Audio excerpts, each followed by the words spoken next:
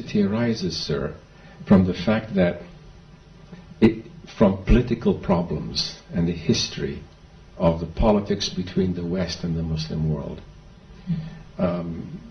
We tend to forget in the West that the United States has more Muslim blood on its hands than Al-Qaeda has on its hands of innocent non-Muslims. You may remember that that the US-led sanction against Iraq led to the death of over 500,000 Iraqi children. This has been documented by the United Nations. And when Madeleine Albright, who has become a friend of mine over the last couple of years, when she was Secretary of State and was asked whether this was worth it, said it was worth it.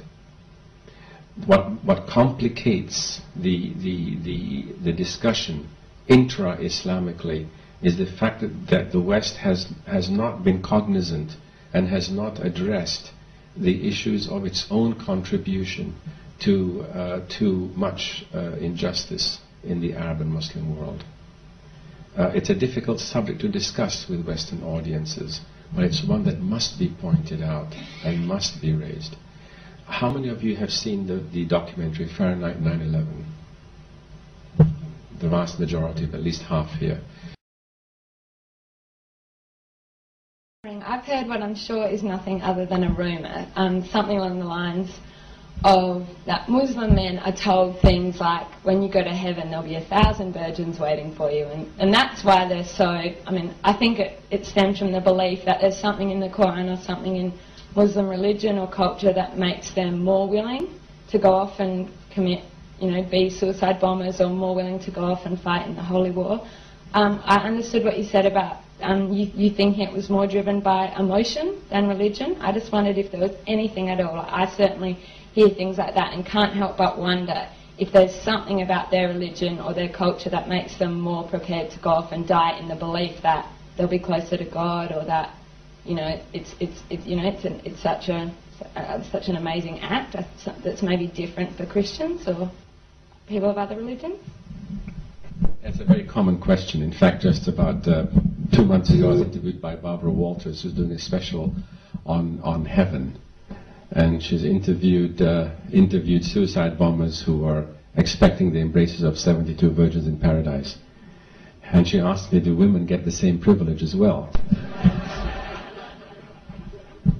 And I answered her, telling her, well, the Quran says, you shall have whatever your heart desires.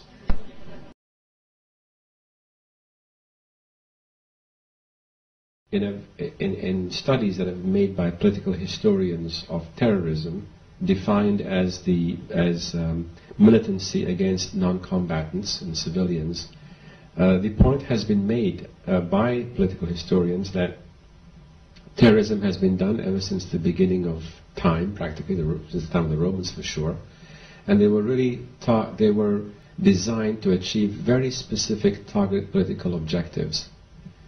And when we observe terrorism, whether it was done by the Tamil Tigers in Sri Lanka, or by Al-Qaeda, or whoever is behind the bombings in London or those in Madrid, we can see that they were targeted very targeted political objectives.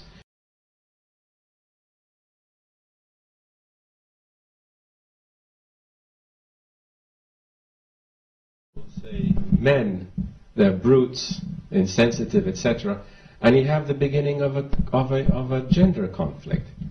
If gender is not what distinguishes us, we'll look at skin coloring and say, niggers or whiteys or whatever. Then we created an ethnic conflict. Or we look